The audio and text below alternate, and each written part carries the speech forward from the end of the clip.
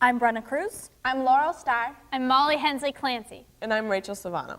And the title of our performance is Finding the Courage to Communicate. The New York Newsboys Strike of 1899.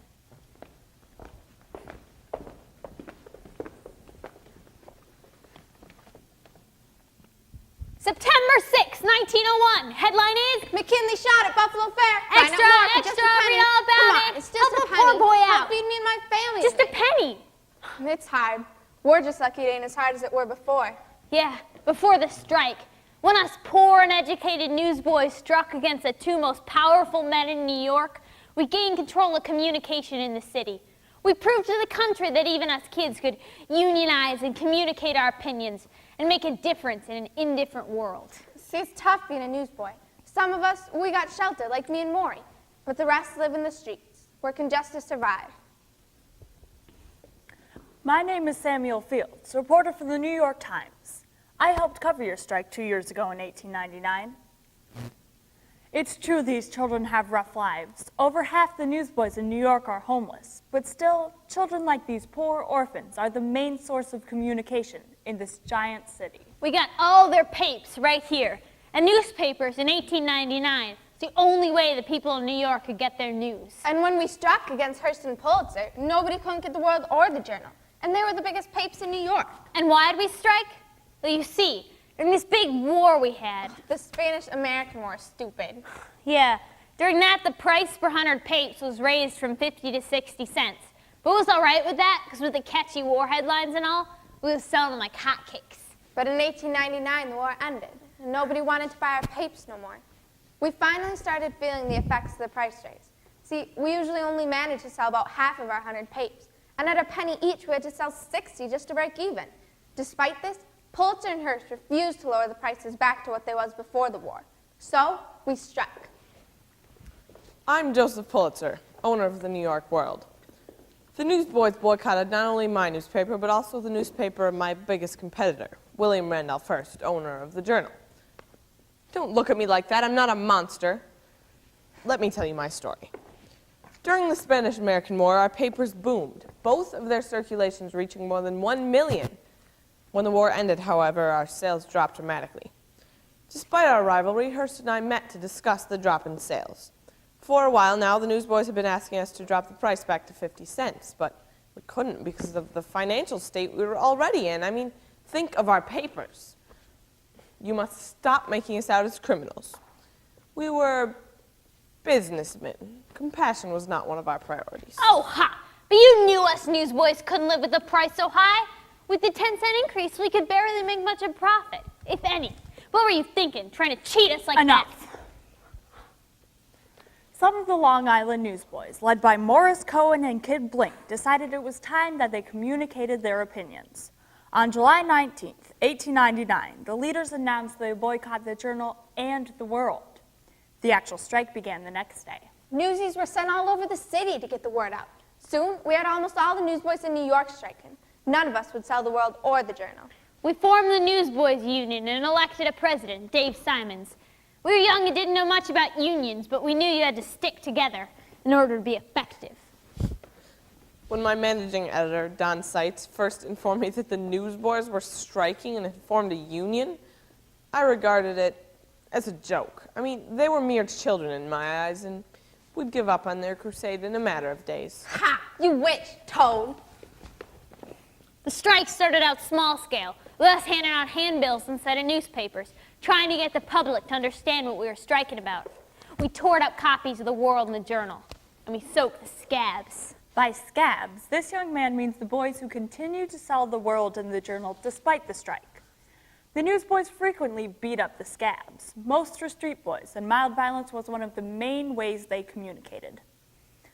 People didn't pay much attention to the strike in the beginning, but the newsboys began to get more organized. 4 days after the strike was launched, on July 24th, they held a rally at New Irving Hall. It was amazing. There were 5,000 of us newsies, and newspaper reporters and politicians. Some of the leaders spoke. Kid Blink, he said the best speech. I'm trying to figure out how 10 cents can mean more to millionaires than it can to us newsboys, and I just can't see it. Here, see these handbills? We gave these to everyone we saw in the streets. Because if they understood why we were striking, they'd begin to sympathize with us. As the strike progressed, the situation became more urgent, especially after the meeting at Irving Hall. We received reports of thousands of newspapers being shredded in the streets. It was ridiculous. They were hooligans. And fewer boys showed up to distribute copies of The World and the Journal until we had virtually no one actively selling our newspapers. We attempted, of course, to recruit other people to sell for us, but the newsboys quickly thwarted our attempts. Don Seitz, however, maintained that we had the situation under control. Under control? Ha! But Pulitzer could not control the Newsboys of New York for long. On the 26th, Pulitzer and Hearst received a memo that read, "The advertisers have abandoned the newspapers, and our profit has been cut down fully 2/5." Suddenly, the Newsboys were far more threatening. It seemed like we would undoubtedly win. We had the whole of New York on our side. But then things started to change. New York Tribune, July 27th, 1899. Headline is, Kid Blink arrested. Kid Blink, who's been the head and front of the Newsboy movement, was arrested last night and locked up on a charge of disorderly conduct. He was later bailed out. New York Times, July 27th, 1899. Headline is, Newsboys are weakening. We weren't going as strong as before. You see, later on, we found out that Kid Blink might have taken a bribe from Hearst and Pulitzer to stop a strike.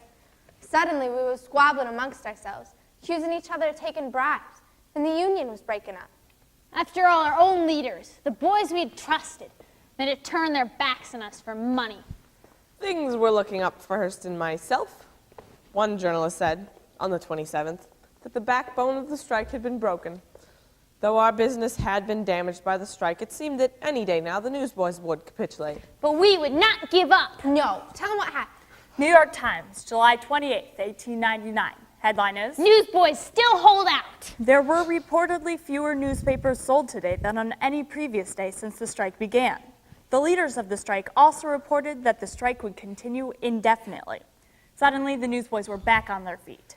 They reorganized their strike and developed an executive board. The Newsboys began to communicate more clearly and stated their demands for fair prices on the papers. With the strike back up and running again, business really started to hurt. Soon, our sales profits were cut almost in half. People refused to buy Worlds or Journals in support of the Newsboys. Hearst and I met and reluctantly decided that something had to be done. The Newsboys were proving to be much more powerful than they had at first seemed. At last, You gave up. We won. Right. Just 2 weeks after the strike began, Hearst and Pulitzer announced that they would not drop the price back to 50 cents per hundred, but would instead let us return all our unsold papes for a 100% refund. This was an even better deal than we had been asking for. The Newsboys Union broke up, and we went back to selling our papes, just like normal. Now, we did not want it to seem as though the Newsboys had won outright, but we knew that if the strike persisted any longer, our losses would grow to amounts too high to recover. This was a compromise that the Newsboys would be happy with, but would not look as though we were backing down completely. But you were backing down. You didn't want to admit it, but you, with all your money and brains, had been beaten by kids. Because we had the courage to communicate to the people of New York. We gained their sympathy and their support in our cause. We had proved to them that age didn't matter as long as you had heart and resolve and a good cause to fight for. And it didn't end there. Soon, newsboys in Chicago, Philadelphia, Seattle, and Minneapolis all held strikes of their own, inspired by what we'd done in New York. These newsboys had given a model of communication and dedication from which thousands of other people across the country would draw inspiration. For decades, critics accused big businesses of controlling much of America. They claimed that we took advantage of our employees and ran sweatshops and factories that had long hours and low pay.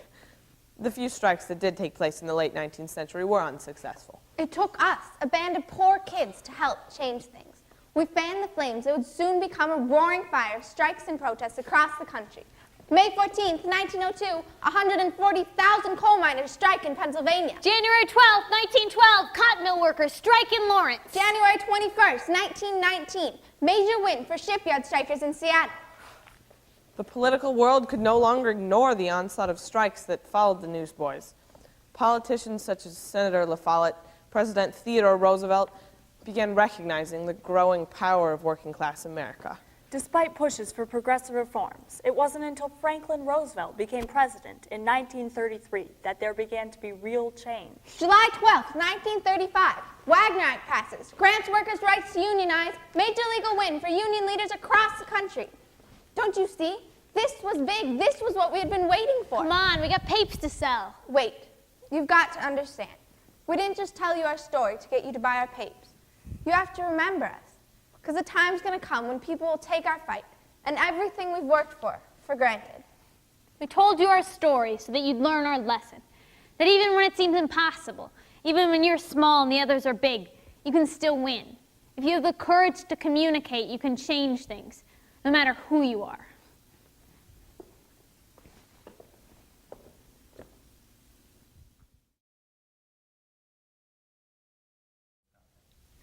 We got the idea for our topic from, well, what we wanted to do is we wanted to do something that related to us as kids in the 21st century.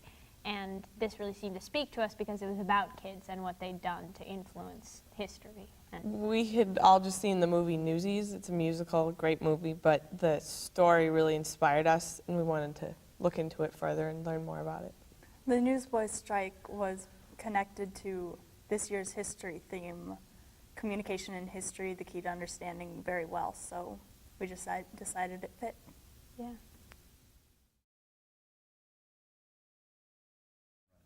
Well, in the beginning, we divided up the research. So, like, I was researching primary sources, and someone did the life of a newsboy or the coverage of the strike. So that's what we did in the beginning, and then we kind of all came together and wrote the script. Well, it kind of took us a long time to decide, like, whose point of view. Yeah, we all all worked out what we wanted in the script, and how we'd break up this, if we wanted different scenes, and then in the end I sort of went off and did the actual dialogue, and then we came back and edited it a lot, and because we all disagreed about it. Yeah, so in the beginning, we kind of made an outline of the different scenes, and each of us, we looked through our research, and we wrote down facts that we had that would work with those different scenes. So we made the outline, and then she worked on the script, and then, yeah, we edited it. As we went, we incorporated information that we had found. In developing the characters, basically, at first, we all wanted to be newsboys. And then we later realized, that, of course, that you can't really tell the story well from the point of view of only one side. So We knew that we needed at least one person from each, or one character from each, telling the story from each perspective. So there was kind of like the rich old men perspective, and then the newsboys, and then neutral. So from that we got Pulitzer, 2 newsies, and a newspaper reporter. yeah. Well, our play evolved a lot from level to level, but the biggest change we ever made was in our conclusion. Yeah, at regionals and state at first, we had this thing where we were stepping out of character and trying to relate the newsboys to current child labor, and that just ended up being too big, and stepping out of character really didn't work for the strengths of our play. So once we had decided to stay in character, we decided to keep the conclusion more similar to the rest of the play, as opposed to what was described to us as the magical square dance of history. Take a look. It wasn't my idea. Because we had the courage to communicate to the people of New York. We gained their sympathy and their support in our cause. We had proved to them that age didn't matter as long as you had heart and resolve and a good cause to fight for. And it didn't end there. Soon newsboys in Chicago, Philadelphia, Seattle, and Minneapolis all held strikes of their own, inspired by what we'd done in New York. These newsboys had given a model of communication and dedication from which thousands of other people across the country would draw inspiration.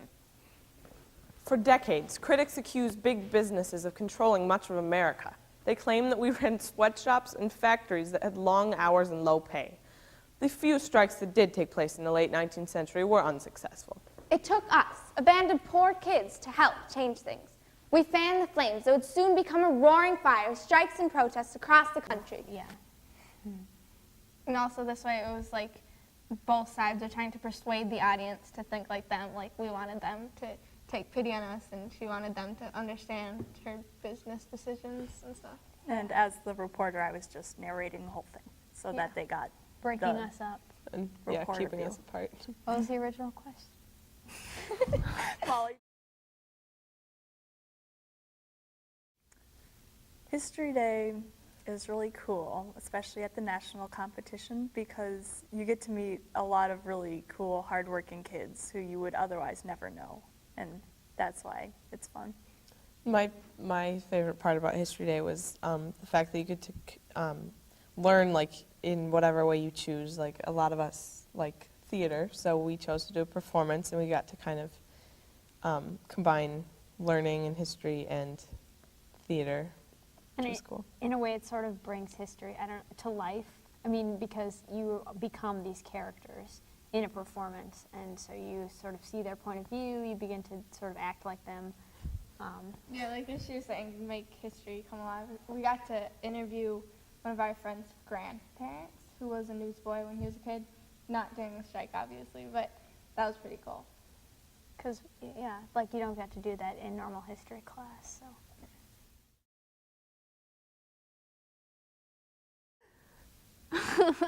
It took me a while before the whole first place thing settled in. I was kind of didn't believe it for a while, and Yeah.